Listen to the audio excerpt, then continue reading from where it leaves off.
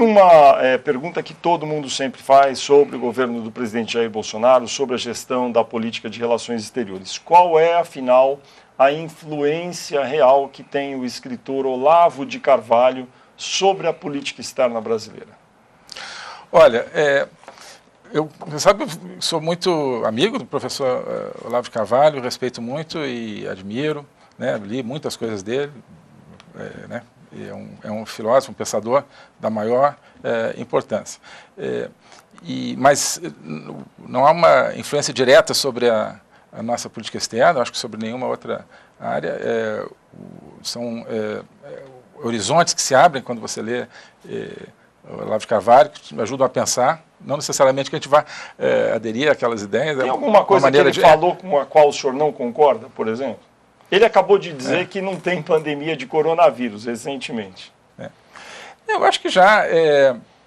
Está certo isso que ele falou? Eu acho que, enfim, são maneiras diferentes, quer dizer, é uma questão de terminologia, né? O que é uma pandemia, o que não é uma pandemia.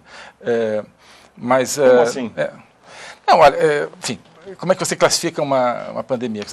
O OMS, nesse caso, acho que a OMS tem os seus critérios, classificou de pandemia, então, para todos os efeitos, é uma pandemia.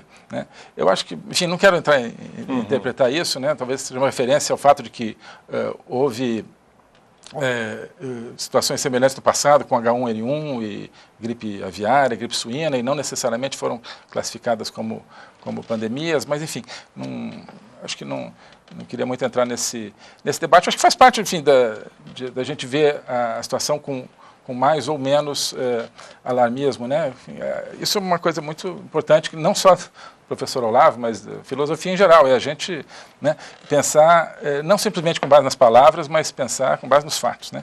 Então, os números são os mesmos, os números de contágio, de infecção, a taxa de cura, a taxa, infelizmente, de mortalidade, são os mesmos, quer se chame de pandemia ou não, né? Então, o importante é lidar com os fatos. É claro que quando se fala em pandemia, esse que talvez seja uma parte do problema. Não estou negando que seja pandemia, porque, como falei, é classificado como pandemia, não estou contestando isso. Mas, quando se fala em pandemia, as pessoas começam a pensar aquilo que a gente falou antes. Não, então precisamos ter uma norma mundial, precisamos ter a OMS determinando o que os países vão fazer. E isso não necessariamente, só porque a palavra pandemia acende uma determinado tipo de pensamento, né?